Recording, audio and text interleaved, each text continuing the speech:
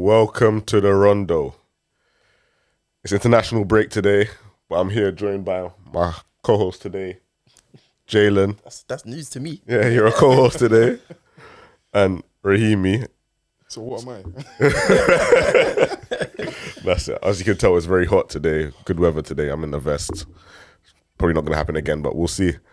All right, cool. We're going to start off today a bit different. We're going to go through some rondos or nots from the fans, and if any of the cast have some rondos or nots today, we're going to get cracking into that. And then we're going to talk about international football and why it's so boring, why none of us probably watched any of these games.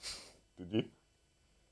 The thing I wanted to, I did want to. I was just busy. Like there were a couple good games still. It happens. And then we might go into Ballon d'Or. Obviously, we know Jalen's boy Saka has been nominated. We know there's a battle between Messi and Haaland. We'll see who we believe, or who the pod believes should win the Ballon d'Or.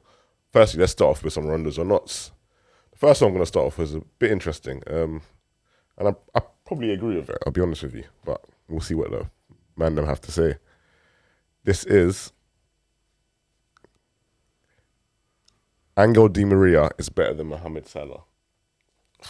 Nah, man. Let's pick this apart. Okay, if you're saying no. Did they give a reason for that? I say yes. I'll give you the reason. On the basis of consistency, Di Maria edges Salah. Both players are phenomenal, but I just think that Di Maria has always been spectacular. Started at Benfica, won the Breakthrough Player of the Year and the league, went to Madrid and won the league his first year, and went on to have a timeless Champions League final performance in 2014. At PSG, he was amongst the main players to take them to the finals and become the all-time playmaker for the club when he left. I didn't even know that. At the national stage, he has scored in multiple finals for his country. He's better than him, man. You think so? In my opinion, Alright, cool. Better than who? I think Di Maria's better than Salah. Go on, tell me why. It's just a multitude of things, but the main one for me is the final stuff. So Okay. every time his team or club, country need him, that Steps up. He Yeah, plays out cold. of his skin. Like Yeah. you can't.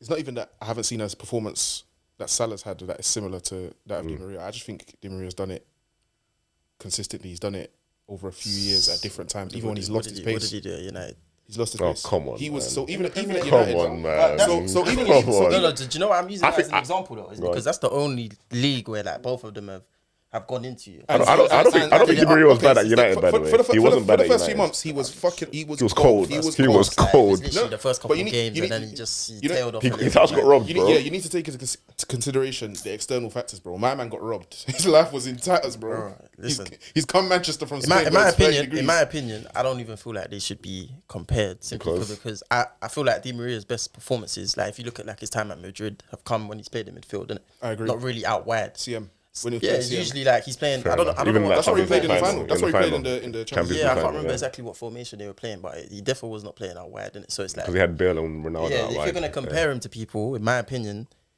Salah's not really the guy to But compare him over to. his- And even if you did, Over the course of his I think career, from you a compare him to wingers. Yeah. yeah, but that's what I'm saying. But as a winger, he's As a not winger? better than Salah. Why There's not? I have because all the reasons that you lot used have been from when he's basically played in. All right, cool. Let's talk about ability then. In terms of ability, what does Salah have over Di Maria? I think Di Maria ability-wise is better than him. Facts. Ability-wise, he's better than him. But that's aesthetics I have, as well. I have an issue with this whole ability making someone better than someone. Like you can Go have on. more ability or talent, yeah, but it's about effectiveness. Do you get what I'm And saying? Di Maria wasn't efficiency. very effective. In terms of Doesn't efficiency, he have the most? He has Assists. some. Yeah, he has some It's crazy crazy statistics. assists. bro, Salah's like top 3 in assists for Prem in like the last. I'm talking about, 4 or 5 okay, years. but Di Maria's like third in the La Liga as well. But that's fantastic for him. But Salah gives goals as well, so I don't understand. Like, if we're looking at it, like it's a good debate. I don't think it's one that I'd be like it's unfair to have. I just feel like it's very silly to come to the conclusion think they've- that Di Maria is better than Mohamed Salah right now. To me, there's no basis for that. Innit? I feel like because Salah scores a lot of goals, and obviously when it comes to football, everyone wants to see goals. Yeah. He's going to be seen as But that's in the problem. in a Like, higher. Mohamed Salah is not just goals though. People think it is. But It's not that's just what goals, edges though. him over Di Maria. That's the only thing you could say that edges him well, over if Di that's- Maria. if Apart that's from- what it is, then that's From a what it is. statistical point of view, though, Salah clears most men ever. Exactly. Yeah. So, but it's not all about goals. I don't. No. He's clearing Henry as well. I am not saying He's that. clearing Henry, by the You know way. me. I'm not a guy to use GA No, and I say, think- "Oh, this guy's better than this person." That's not me. But in this particular situation, I just feel like, Di Maria outside of his goals and assists, again, fantastic player. I just feel like his best performances come in the middle of the pitch. But that doesn't mean that he's bad when he plays a wing. I'll say I a say that difference. he's bad, but it's just there's a difference in the level, isn't it? Like I feel like, would you put Di Maria with like, obviously this is more of a controversial, we might be going on a tangent here, yeah, but would you put like Salah with like the Hazards in it? Salah is in that category of So Hazard. would you put Di Maria in that?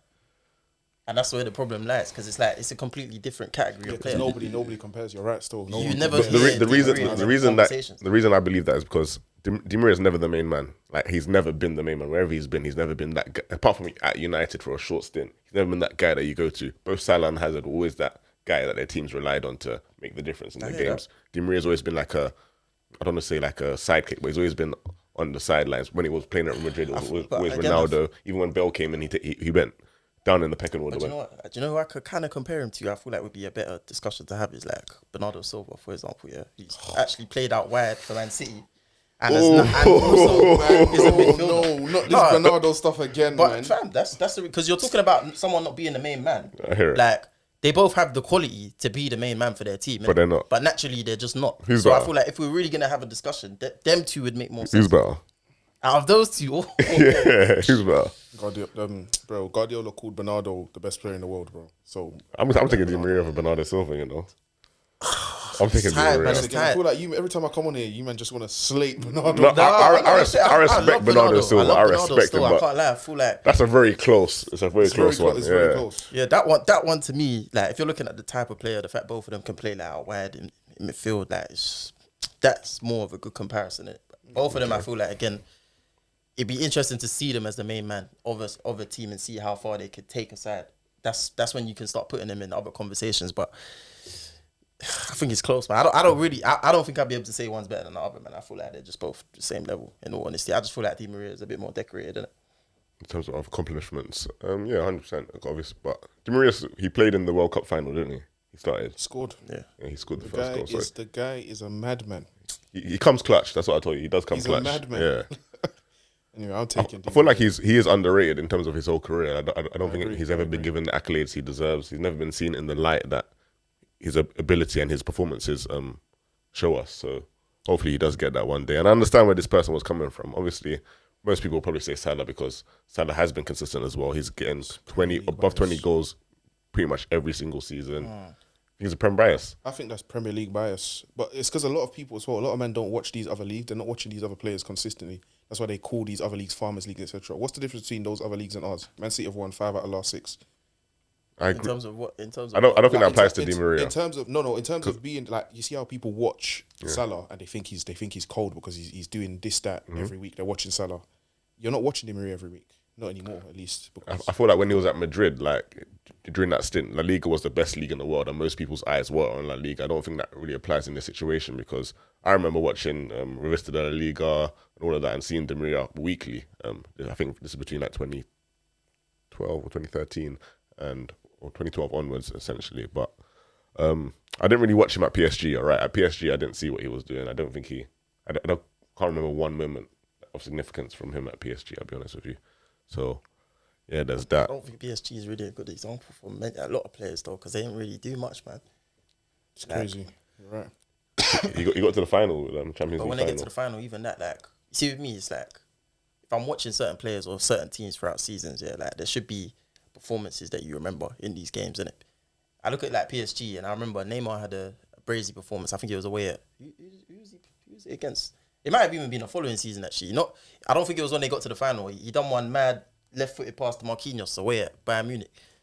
I don't know if you remember. And Mbappe had one goal on the counter as well. Like, that's a performance that man remembers, isn't it? But with Di Maria, it's like for PSG, is there really one that you man can like pick out and say? No, nothing.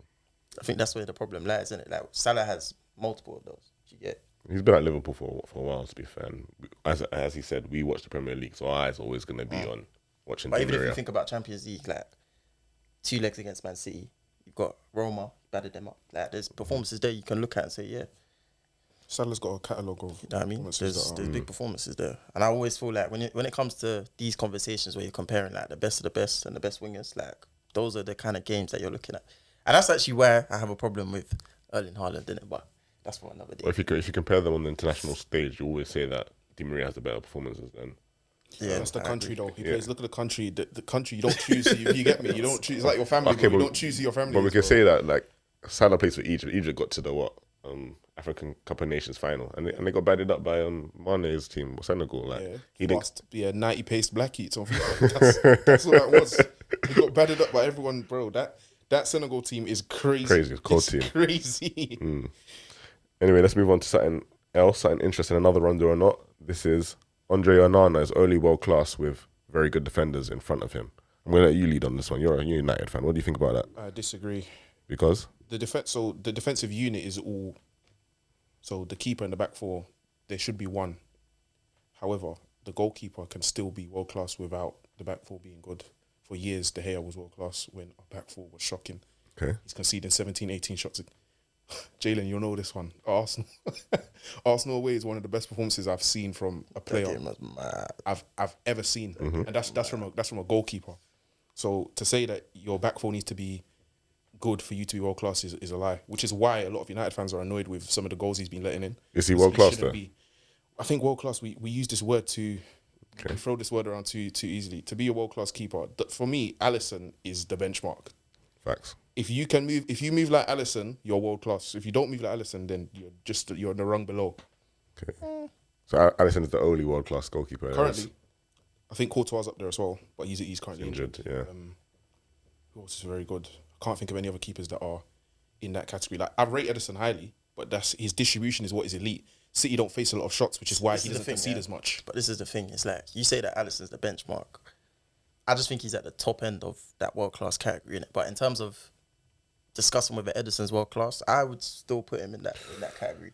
And I point to one big performance that he had because in the Champions League final, actually he made a lot of good saves in that game, and that's obviously those are the times where you judge keepers like that. So regardless of if he makes mistakes throughout the season, at the end of the day, distribution, one of the best keepers in the world. Yeah, if not the best. Yeah.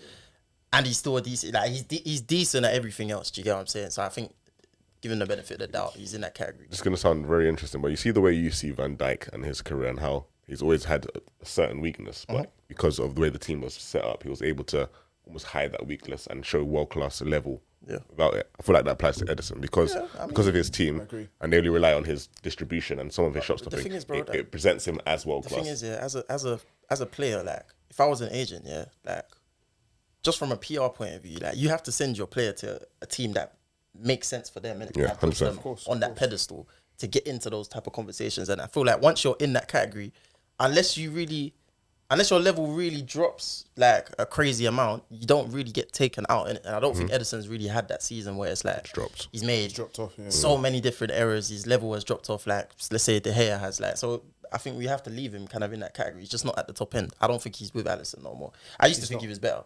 I'll be honest. I've never thought that. I did. I used to think he was better. But the reason why I think Alisson is better than him is the amount of shots he saves when he shouldn't be saving them is what rattles me. Like if I could do anything, it would be get rid of Alisson from Liverpool.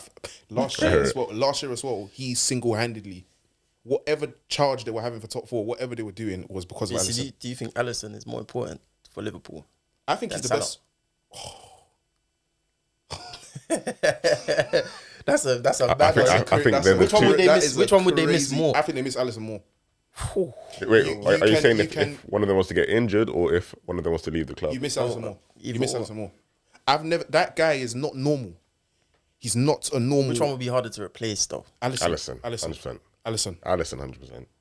I feel like they could find a gem of a winger out there somewhere, but in the goalkeeper market right now, you're not finding anyone who's gonna replicate what Alisson brings to Liverpool at all. You're not finding that. Or you could spread the goals as well. Like there's multiple ways to get goals back into the team. You could spread goals across your front three again. You don't have to just be Salah just bagging all the time.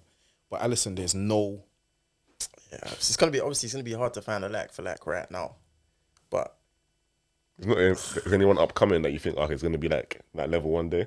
Any goalkeepers? It's hard to tell because even like with Alisson, like the season before he came to Liverpool, he was cold. He was cold at Roma. Yeah. But like if you look before that, did he stand up? I feel like a lot of these players, like goalkeepers, they just come out of the blue kind of in it sometimes. So they peak late as well. Yeah, exactly. So I don't know, man. But going back to Onana again, obviously, I feel like this Rondo or not has come from the fact that the United back four are not too great on the ball. They're not great at build up, and when Onana is doing these passes or trying to build up play, it doesn't look as good as he was doing with Inter Milan because they knew what they were doing on the ball. They knew how to build up play, so it looked a lot more smooth.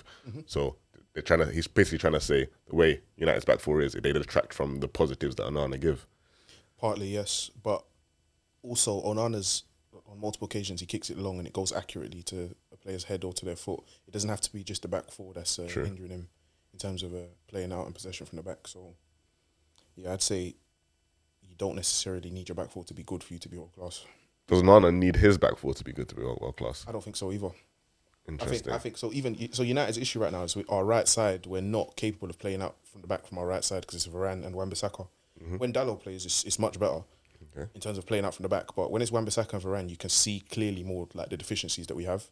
But whenever he gives it to Martinez or Shaw, we play out consistently well. Like, it's not an issue. It's just one side of our defence that's a problem. Do you think he will become world class one day, Onana? Onana, definitely. If we can build, so Ten Hag wanted the centre back. Once again, you might say, Glazers. They didn't give it to him. If they gave him the centre back that he wanted on that right side, that would be 4 players that could potentially play out from the back. Obviously, and as soon as that happens, there's a massive change. Onana's suddenly playing out. He's much better. But as an ownership, the Glazers are owners. They've literally the last 2 seasons they've bought 2 starting centre backs in their opinion. Why should they feel the need to be like, now we have to replace the centre back and give you another one? It doesn't really make sense from a financial perspective, especially since they spent 50 million on Lisandro Martinez, 50 million on Varane. And those are 2 big centre-back signings over the last 2 seasons. So Varane was bought under Oli, and that's a completely different style of play to what Ten Hag is trying to implement. So in terms of one centre-back, it's one... This guy's ready to troll me. He said he wants to be the best transition team in the world, though. Okay, cool. But in terms of buying one centre-back that can play out from the back, we've only got one of them. Ten Hag asked for another one. He didn't get that other one. So it is what it is. You deal with what you're given. But why is the focus on playing out the back if he wants to be a transition-based team, though? I don't think it's just playing out from the back. You've seen it, even against Arsenal. We're doing it a few times against United. But then what's the aim, though? You're talking about like the difference in style, yeah? I don't want to go too far, off topic, but I'm just interested in that point. Let's not go too far off topic. You said the styles are different. I'm intrigued. Yeah, no. Obviously, I said last time I was on as well that currently I feel like Ten Hag isn't vastly different from Oli Ball. Like, I don't think it's changed that much. And Ten Hag said that he wants to be the best transition team, etc. That's completely different to what he was doing at Ajax, what he was doing before. So I think he's trying to do some sort of... With the build-up, it just makes it interesting to me because it's like, why would you put so much emphasis on like what you're doing in your build-up on your first phase play if you're looking to be a transition-based team? That's my only... I feel like he changed his mind halfway through last season. He changes his mind all the time, man. That's what I personally believe. I just feel like he comes under a lot of pressure from different sides, and now he's conflicted about whether he wants to play his actual style or saying he's moist. Yeah, but he is though, because the thing is, bro, you got deep, Like in my opinion, when he first came in, he wanted to play football like how he played at Ajax. Yeah, 100%. Cool. Then he's seen the smoked. legends like batted up, bro. We got smoked, bro. Yeah, them man are saying, we don't want to see United play this. Neville's coming out saying, United have never really been a possession-based team. He started playing the way that Neville and them man wanted him to play, got a bit of success from it, and now it's like he's switched up. It's like he's trying to appease them, innit, to get more respect from the club as a whole, innit? Do you get what I'm saying? I feel like that's where he might run into problems because I don't think he actually wants to play that style, but he's doing it to kind of give him a bit more time in the job, in my opinion.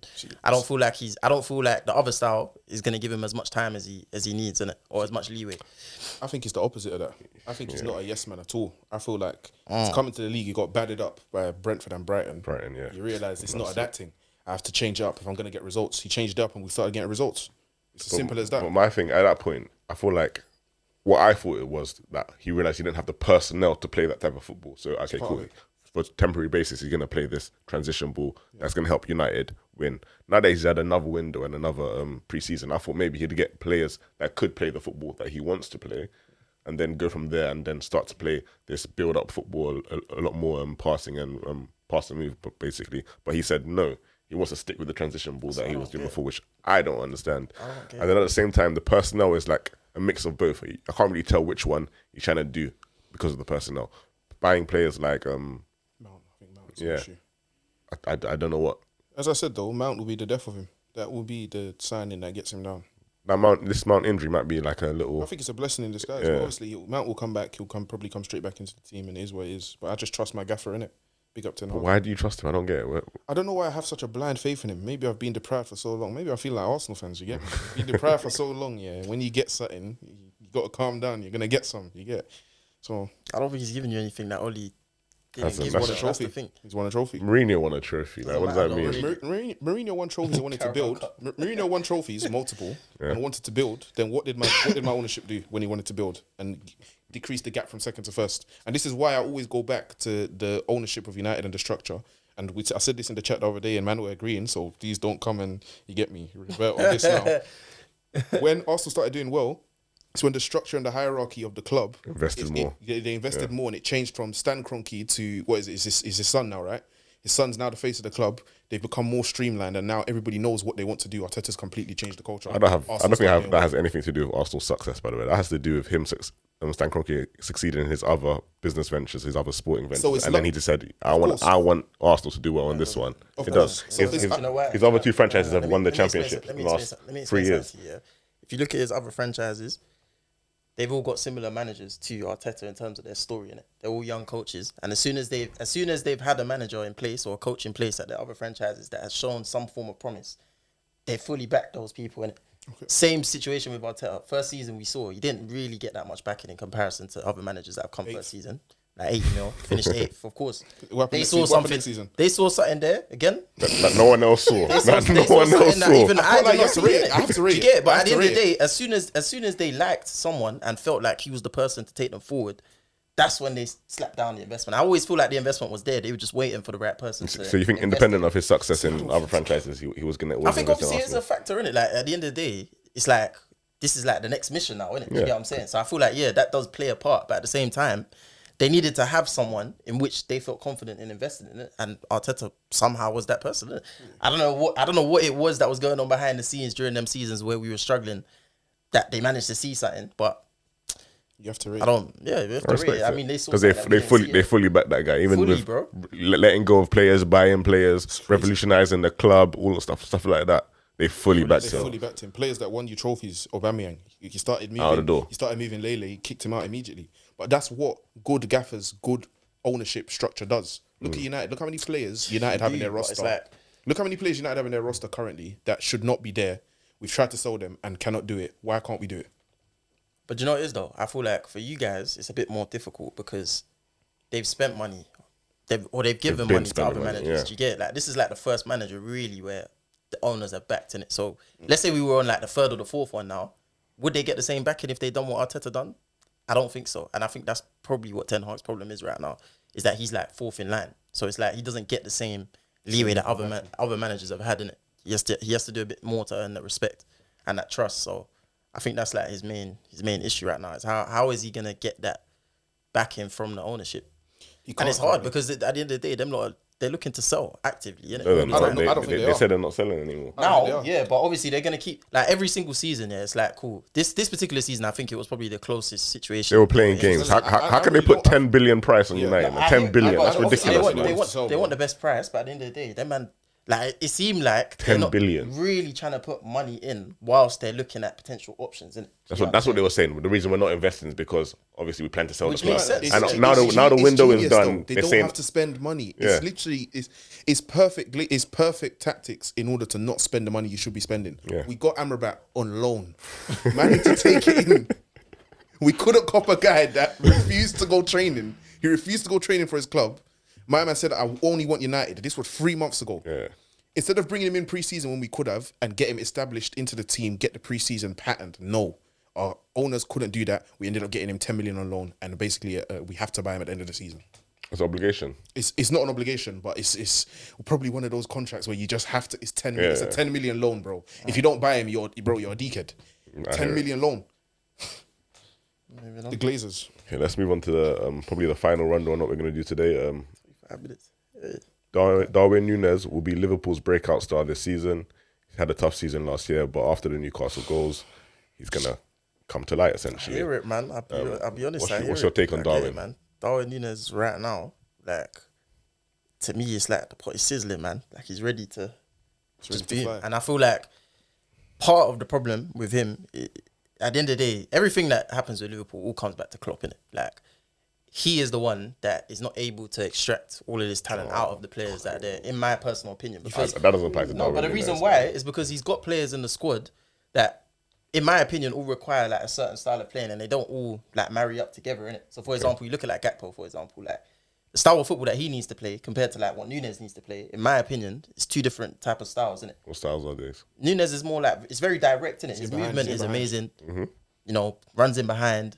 It just needs to be a bit more direct. I think with Gakpo, he's more looking for ball to feet, or he's got to play out wide and try and have a different role in it. So it's like, how do you put all of these players in a team and get the best out of all of them? If it was me personally, I feel like if you're looking at the ceilings of both of those players, let's say like Gakpo and Nunes, who are both obviously fighting for that 9th spot, I feel like Nunes' ceiling is higher.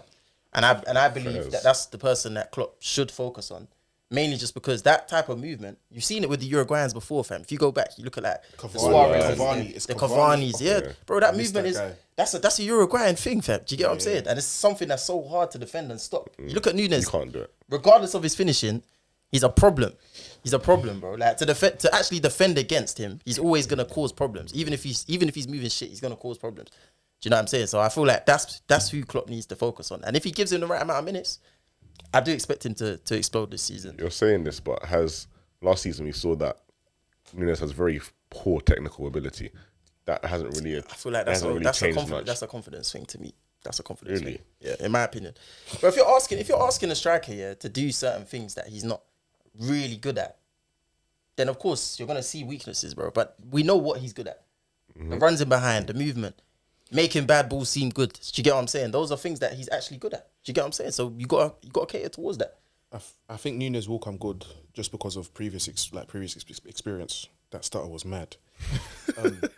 By previous experience, I mean at Benfica. So there was a season where he's getting multiple chances and missing all of them. Similarly to last year when he's getting multiple chances and he's missing them all. Right. This year he got 2 chances. I can't like them finishes. I couldn't believe it, bro. One of my boys, Quan, he calls my man the truth. I hear it. I can't lie. He's gonna come good. He causes too much chaos. Defenders are shook of him. He can run past you with the ball and without the ball. It's just, do you know what it is though? Yeah, he'll be good. He'll come good. Like, I always say this to fans, but you just have to know what you have in it. Do you get it? So like with Jesus, for example, there's only so much I can slander my man because at the end of the day, I know his finishing is poor, innit? Like everything else is good, but I can't then look at him and say, oh, why did you miss this shot? Like I know we're getting that from him, innit? Do you get what I'm saying? But I feel like with Nunes, it's the same thing. You know you're gonna get the problematic stuff. You're gonna get the chaos ball. He's gonna miss chances. Cavani missed a lot of chances when he played as well. But you're gonna get things from Nunes that you can't get from anyone else in your squad because he creates chances for himself with his elite movement, innit? And no one else does that. On the Jesus point you just made, do you accept that Jesus doesn't provide enough goals, and are you happy with that, or do you want to get a new striker? I feel like it's difficult to really come to a conclusion on that until he's had a full season where he's fit, and then we will know exactly what we're working with. I think. How likely is that to happen in general? I mean, it depends on what you want from him, innit? Like how many? Let's say, for example, he was to score. Let's say he got to 15 goals this season. Yeah, like. Can I really complain about 15 goals if he's doing all the other stuff that he's doing? Not really. Like all comps or just Prem? If he got 15 in the Prem, to me, that's a good tally for him. And I feel like that's something that I could say, all right, cool, you know what, that justifies. It's a good tally for him, not for Arsenal. Yeah, I don't think for Arsenal. It depends though, because it's like, based on our style of play, I mean, what he does and what he contributes to the team, I'm not saying it's essential, but it does contribute to the way that other players can play in it. Yeah. So if he's going to chip in with 15 and he's going to do all of that other stuff, it's calm. By all means. Me personally, I would prefer someone that, you know, could obviously take us to 20, 25 goals. But at the same time, I know what he is. It's the same with Havertz. If Havertz plays F9, I know exactly what I'm getting from him, bro. I'm not going to ask for more or ask for less. I just want exactly what he's supposed to do. That's it. Do you know what I mean? I didn't want him in the first place, but now that I've got him, I have to accept what it is. Do you get it? I know I'm going to get like 3 big chances missed per game. But I got to focus on what he actually brings to the team. And all what does he bring? His height. That's it. That's it. That's it. A long ball. That's it. Bro, Havertz is the definition of a passy boy. That guy just sits in the passage, no movement, no nothing. That guy is. He even hides from the ball as well, which I've been seeing, and it's embarrassing. It's anyway, let's go into the international break. Obviously, Premier League football, all leagues have been on a pause for a while. Yep. There's been quite a few international games. England played Ukraine. Germany played Japan, Portugal played, Spain played. It's all the teams have played. I wouldn't say I've been too focused on international football. I kind of find it boring, lackadaisical, lethargic. It's not really as entertaining as league ball. Or if I'm going to watch international football, it's going to be a tournament in the summer, the Euros, World Cup. Why do you think so many people are not as interested by international football as we were in the past, or as it is in tournament football? I just think it's not competitive. Is the first thing. Fair enough. Like, you got who are the powerhouses? You got, for example, England playing. We played Ukraine. We should be smoking them, but this is what we're going to come on to later. We didn't, but in theory, though, if you look at both of those teams on paper, we should be peppering them. It shouldn't even be a discussion. 4-5 and how many of those games do we play per international break that are just like, oh, we're bucking this team and we should be smoking them? Yeah, that's true. I hear that, but if you're talking about international football in general, though, has it actually changed that much? You think it was like this in the past? I mean, to be honest, I wasn't really following like that before, but I still feel like it was pretty similar in terms of the overall landscape, innit? Like, fixtures like this at the end of the day where you're playing teams like Ukraine, you might be playing like the Moldovas, teams like that. That's been a thing, innit? You know what I'm saying? So I don't think that's really changed. I think if we're talking about the issue with international football not really being something that's inspiring to fans or something that we're really motivated to watch, I feel like one of the main problems is actually that it interrupts the season, innit? So it's already like, for fans, it's just frustrating because it's like, I want to watch my club team. The season's just started. We're 4 games in. Like, we just beat United. Do you know what I mean? I want to go on to the next game and see what's going on. And it just comes as a distraction. And it's like, cool, another 4 weeks has gone. Yeah. Another international break. Do you get what I'm saying? I just feel like if they scheduled it at more convenient times, so I feel like, for example, Christmas time is a mad time, obviously, for players themselves, yeah. But if you're actually looking at the timing of like when fans will maybe need a break from watching like league football, it's Christmas it time. would probably make more sense, yeah. Especially like, players going back to their home country during the that's what I'm saying. Well. So it's like, to me, that I think just the scheduling and the timing of like when they're doing these breaks is part of the problem right now of international football. I don't think you can really get away or hide from the fixtures that are in place, because at the end of the day, you have to do qualifiers, you have to do other things.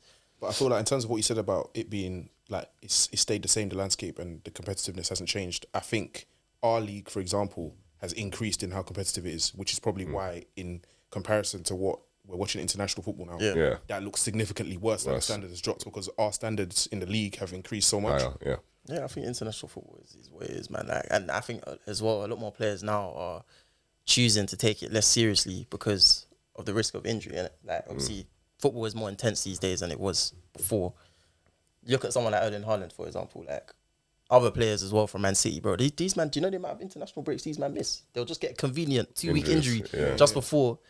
Arsenal players don't do that. It actually annoys me. But like, them man actually take breaks before these things. Don't really take them seriously until it gets to the time where it's like, we need to win this qualifier or it's tournament time. Do you get it? But when it's like these international breaks, September, October, I don't think the players fully take it seriously either. Do you know what I'm saying? And that kind of feeds into the quality of the matches, the intensity of the games, and ultimately makes it boring for fans, innit?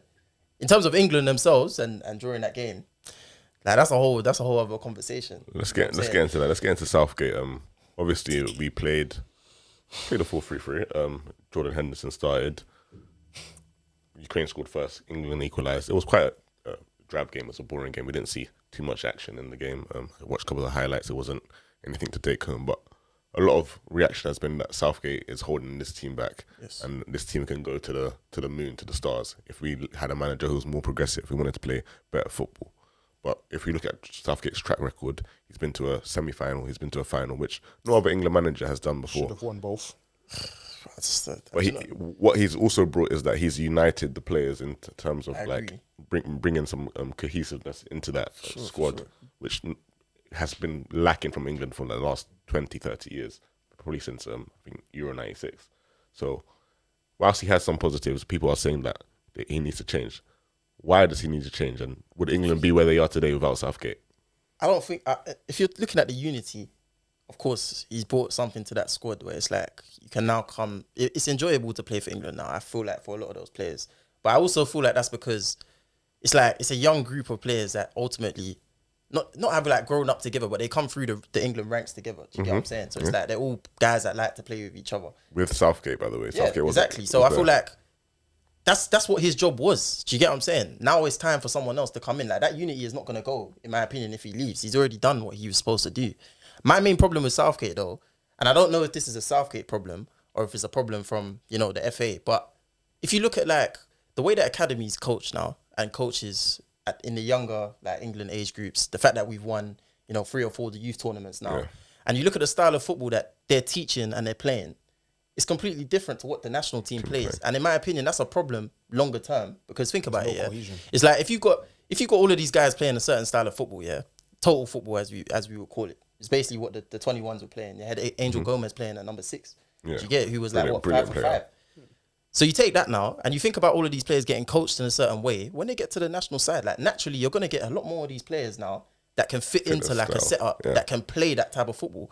So at what point does the FA or whoever the England coach is come in and say, all right, cool, you know what? We need to completely switch up this mentality of playing, traditional English football, because that's not what the younger guys are being taught. Do you get what I'm saying? But it hasn't been working for England for the last 2 tournaments. You say working though, but anytime we've come up against like better quality opposition, we haven't won. Okay, not just England. If you look at France and Deschamps, they don't play a very progressive style of football. But France have serially won things though. I feel like that's the big difference here, innit? Do you get what I'm saying? I feel like with us now, this is a group of players that are already able to play a better style of football than what we're playing right now.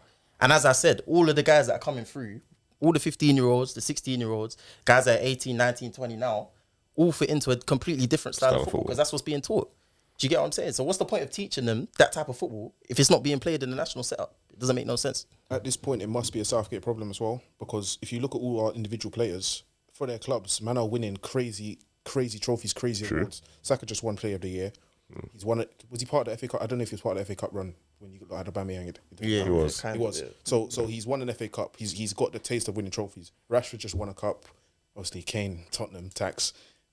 If you look at all the other players, Henderson, Champions League winner, Premier League winner. These men are all serial winners. So at what point do we start blaming the gaffer for not getting the best out of these players in the crunch time? It has to be the manager. But if you break down the squad properly, you've got Bayern Munich's number 9 that they just bought for 100 million. Yeah. You've got a centre midfielder in Jude Bellingham that they just bought for 100 million. He's their main man right now. Bukayo Saka, Arsenal's main man. Arguably, top 3 right wingers in the world.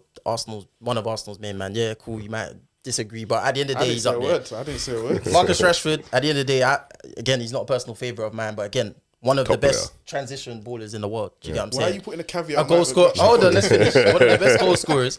You got John Stones, a centre back that nobody else can really recreate what he does. Can't, bro. And then I look at our fullbacks, for example, and you're thinking like, cool, you got players like Mbappe, you got players like Vinny Jr. that can cause, other international sides problem, In terms of 1v1 fullbacks, we have the kryptonite. We have Reece James, Kyle Walker, even Aaron Wan-Bissaka. Yeah, if you really needed if we really wanted to. And Kieran Trippier is not that bad defensively either. That's 4 right backs that could potentially, lock down a top winger.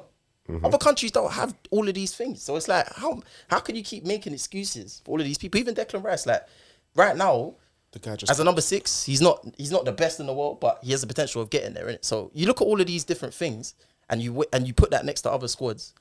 I can't understand how the expectation for England is not just to win, bro. It has to be to win. I'm pretty sure that is the expectation. But getting to finals and getting to semi-finals right now is like, it's almost like it's acceptable.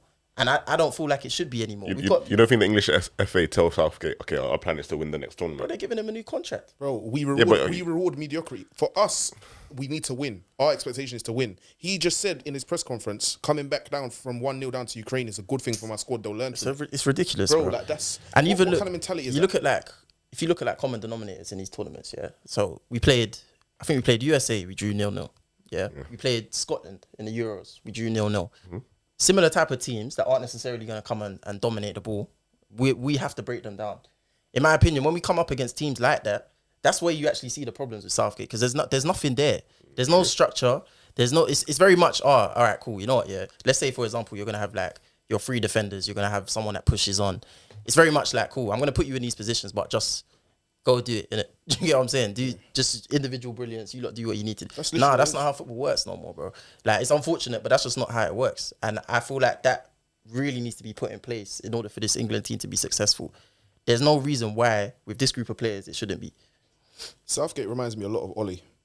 You bring the culture of the club back. You bring everyone together, the fan base, unite us. You start playing decent to good football. You're getting the results, you're winning games. But at crunch times, when you really need to step up, that's when you falter. It's literally the exact same thing.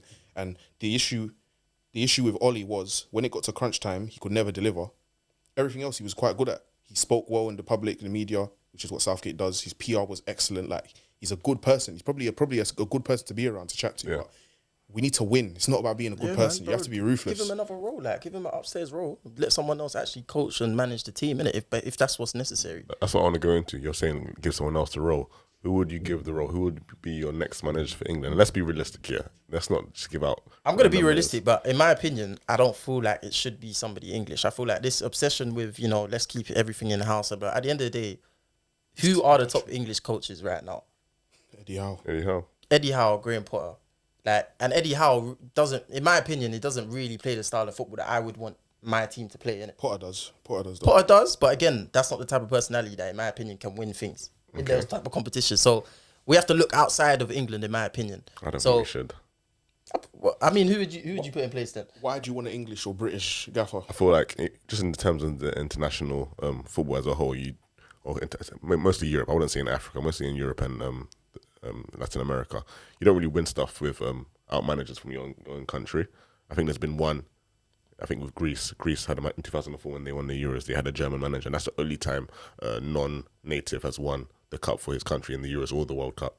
So there's not really a precedent for an outsider to come in and revolutionise the team. We've had people like Fabio Capello. That was a flipping disaster when he came to. But again, though, that goes back to like who are the English top managers though, in comparison to all these other guys. I would love to see Eddie Howe as England manager. I'd hate that. Why? I hate that. Still, I just don't feel like, because even you're looking at Newcastle now, for example. Yeah, we were just talking about build-up structures. Yeah, he hasn't implemented that in Newcastle, in my opinion. There's no real build-up. They play a decent style of football. They play an intense style of football, but tactically, Eddie Howe, yes, he's put something in place, but take away like a lot of those physical things, which he can't just go and buy. Okay. Really, what is his style of play outside of that? I don't want my England side to really be doing all of what Newcastle are doing, bro. We should be dominating the ball, playing proper football. Do you get what I'm saying? With the quality that we have, we should be and the dominating profile of most players. games. Okay, so which manager would you want to get in? It needs to be someone abroad, man. I don't know what. Like who? I feel like the next person that becomes available that has a decent reputation. Flick. No, you see what he just did with Germany, bro. Like, I don't know just about got that one. smoked, but obviously. But the thing man, is come again, on. even someone like Flick, but it's like England's squad, in my opinion, is better than Germany's right now. He'd have a much better time. But Flick doesn't do crazy, like the Flick style of football is not like what you're wanting from more England. proven than Eddie Howe. It's not what you want that. from England, is it? As I said, I feel like they just got to wait until the right opportunity comes up with a manager right now and then get rid of Southgate accordingly. It's not going to happen though, is it? It won't, because in this country we like to reward mediocrity. You're looking at 2026 right now at the World Cup, yeah. We'll probably have a different manager for Harry Kane them. is going to be how old by then? We'll need a new... What do we? I feel like he makes He's it. 30 years old now. 2026. Yeah, I if feel like he Southgate makes is it. in He's gonna charge, be like Maguire will be he can there. make that. Kane will be there. Henderson Maguire will be there. Majority of the squad They'll will be there. bro. If Southgate is manager, Maguire will be there in 2026. And that's what we should be working towards, is winning that 2026. If England don't win the Euros in 2024, I don't think that Southgate makes 2026. I feel like even himself will probably step down because of he's had such a you think though, like, bad certain backlash decisions, from yeah, fans such as, and like, everything. Decisions such as, like, let's say James Maddison starting left wing, for example. That's just weird. Dropping Sterling from the squad And including Maguire. when he's probably had like the best start to his season since whenever. True. Like I'm looking at it as well. It's like there's so many things that he said that have been contradictions. Yeah, like he said in the past, Phil Foden can't play midfield for England because he doesn't play there for Man City. Then he plays Trent Arnold in midfield.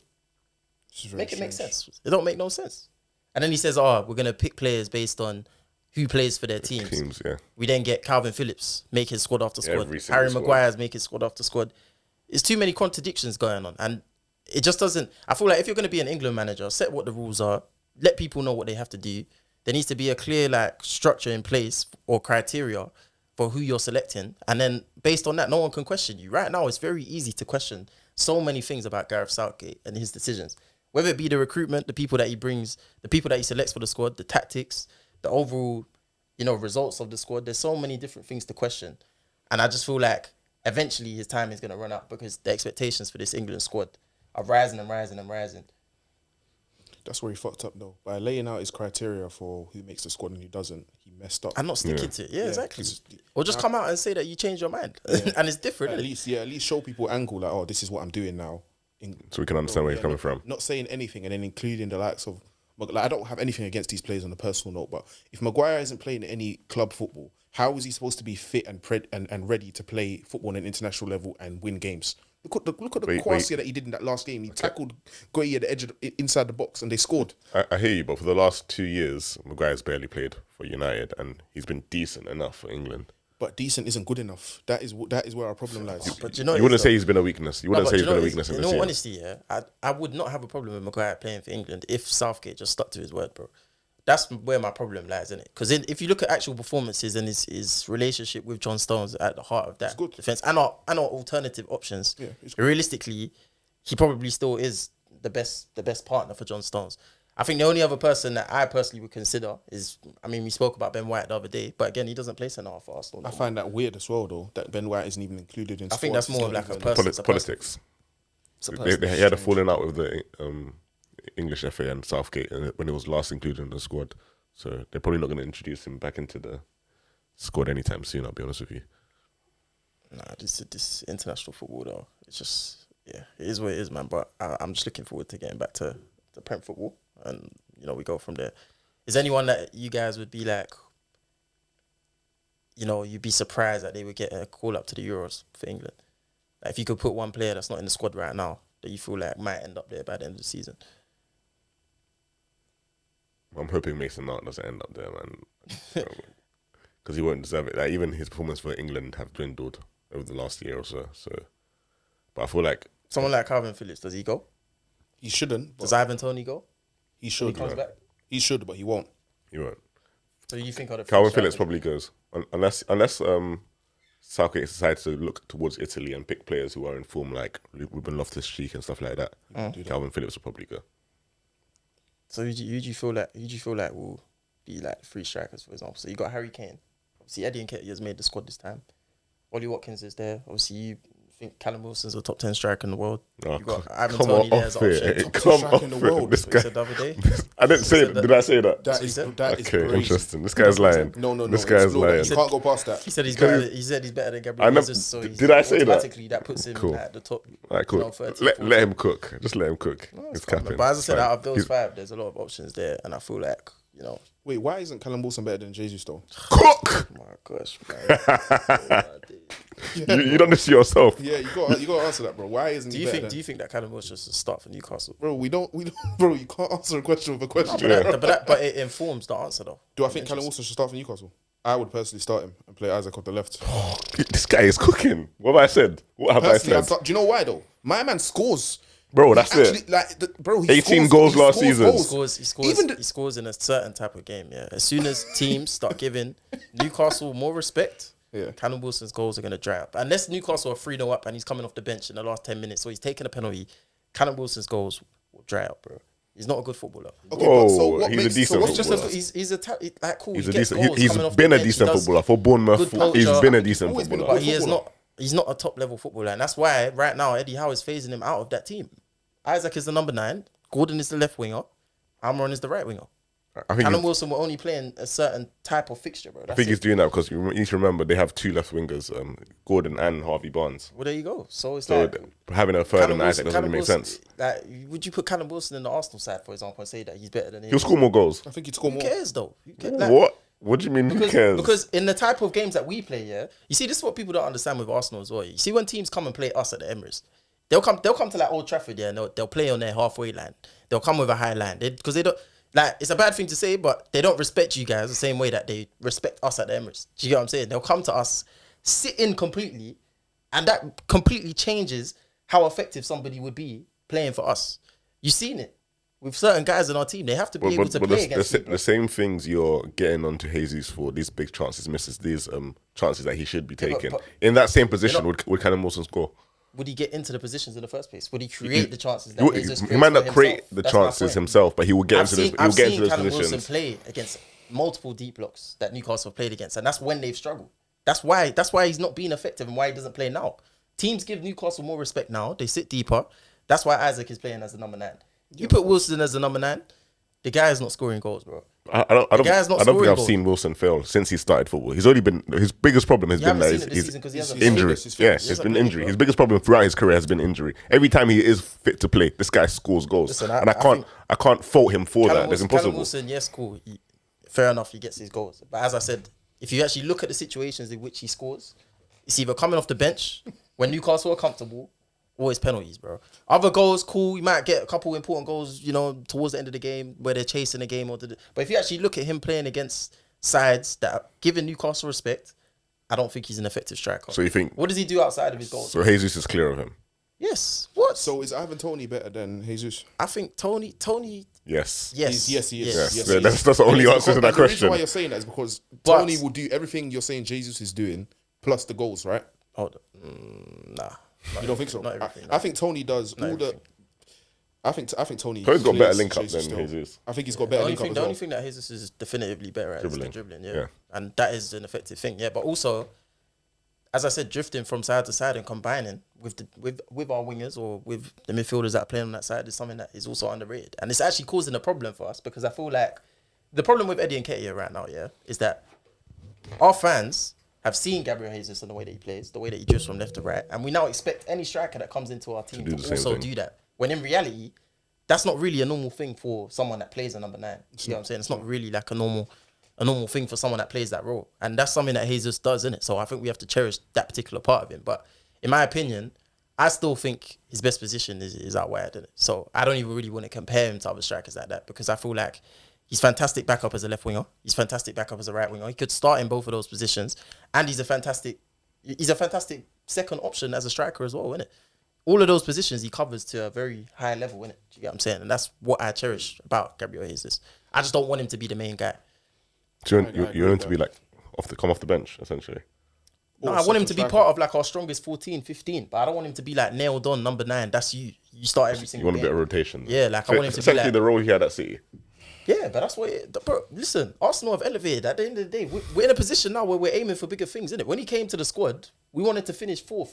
Then we wanted to... Now we're pushing to win a league. We're pushing to win Champions Leagues. Do you get it? Your role has to change according to that. Do you get what I mean? Same way like Kieran Tierney was a starting left back for us, yeah, like 2 seasons ago. Now we're chasing the title. He had to get moved on. Do you get what I'm saying? Decisions like that have to be made. I don't think it's a disrespect to Gabriel Jesus. He should know himself. If you don't score enough goals, bro, you can't hold down a number 9 for a team that's going for a title. It's not possible. It's not disrespect, bro. Like even on the tin. But to compare him to Callum Wilson is a disrespect. That's a disrespect. I don't say that. That's a disrespect. Gabriel Jesus and Callum Wilson are not even in the same category. I'm okay with you saying Gabriel Jesus is better, but it's not a disrespect. It's a disrespect. It's not, What are you man. talking about? I think disrespect. Callum Wilson's a bad boy Oh striker. my goodness. I don't even think Callum Wilson's better than Richarlison. Mums. Jesus Christ. that is crazy. That's I don't. what? Based on what? Based on Richarlison's performances for Brazil and what I've seen. Did you see him in his last game against for Brazil? He was whack. I saw him play at the World Cup. Okay, cool. There's no way you believe what you're saying, bro. Yeah. No, impossible. I know. I'm If not Richarlison could be put in the right side, he'd be better than Callum Wilson, 100%. So what's wrong with 100%. what's he not doing at Tottenham that he needs to do then? I think he's got to adapt to this particular system. Bro. I think he's got to adapt to this particular system. Callum Wilson's a better striker than Callum Wilson, Richarlison. there's bare man that I could say are above him. Richarlison, is that who you're there's- drawing for? there's bare, man. That's a howler, man. There's bare man. All right, cool. Before we end the show, let's quickly go on to the Ballon d'Or. We have Haaland versus Messi. Messi's won the World Cup. He's got, I think, 56 goals and assists this season. Haaland's got the treble. He's got a similar number of goals and assists this season. Who should be winning the Ballon d'Or? You know, Messi. Explain. I mean, as I said, we just know traditionally how this thing works, bro. I said who should, not who's going to. It doesn't Who matter, man. should. In the World Cup year, that's the main factor at the end of the day, innit? And I think Messi, regardless of what's happening in the cup season, yeah, Haaland's had a fantastic season, but the World Cup is always going to trump everything in reality, especially when you're Messi. Do you get it? Like, it'd be very difficult for them not to give that to him, innit? Was Haaland the best player at Man City last season? Brady. Just that's just a question, innit? Because if that's a question, He was the he thing was I'm top. thinking about it, He was top 3. He was top 3, but that's the thing. That's the though. problem. So my man got X amount of goals. Messi wasn't the best player at He's PSG. clearly a bagsman, yeah, of course. So, but he was the best, bro. not At a point in the year, that World Cup. Ask any footballer what they'd prefer: a treble or just one World Cup in your life, or a treble. Every footballer is choosing a World Cup. I even think most normal youths, people that aren't footballers, you get to represent your country once every 4 years. Yeah, on a global stage On as a well. global stage, they're choosing the World Cup over a treble, bro. That's just harsh reality. True. And to turn up at however old he is, he's a pensioner now, and he's ripping youths, he's ripping guys that Man City are buying for 60, 70 mil. He's ripping all these players at his age with a lack of pace, completely dominating all those games, man of the match in most of them, and then scoring twice in the World Cup final. Bro. He has to win Ballon d'Or. Just as a final point for myself, I personally believe that Erling Haaland will never win a Ballon d'Or. Damn. That's my first point. Why? I personally, you're gonna get clipped. I personally feel like this past season was his best opportunity to win it. But he done The main everything he reason could for that, to do to yeah, win it. and he done everything he could, Yeah. and he didn't win it. So in my opinion, I don't think he ever has a season again. I don't think Man City will win a treble again. That's my personal opinion. I don't think he's going to break the PL record in a season where Man City win a treble again. I don't think that's going to happen. Yes. And then I look at like other teams now and other players. You look at like someone like Vinicius Junior, for example, yeah, an actual difference maker when it comes to like semi-finals, finals. Big games. Erling Haaland has never scored a goal in a semi-final or final, or had like an inspiring performance. So you look at international football. Norway, realistically, are not really going to do anything at the Euros. They're not really going to do anything at the World Cup. So I'd already automatically would put someone like, let's say like Harry Kane, for example, now, yeah.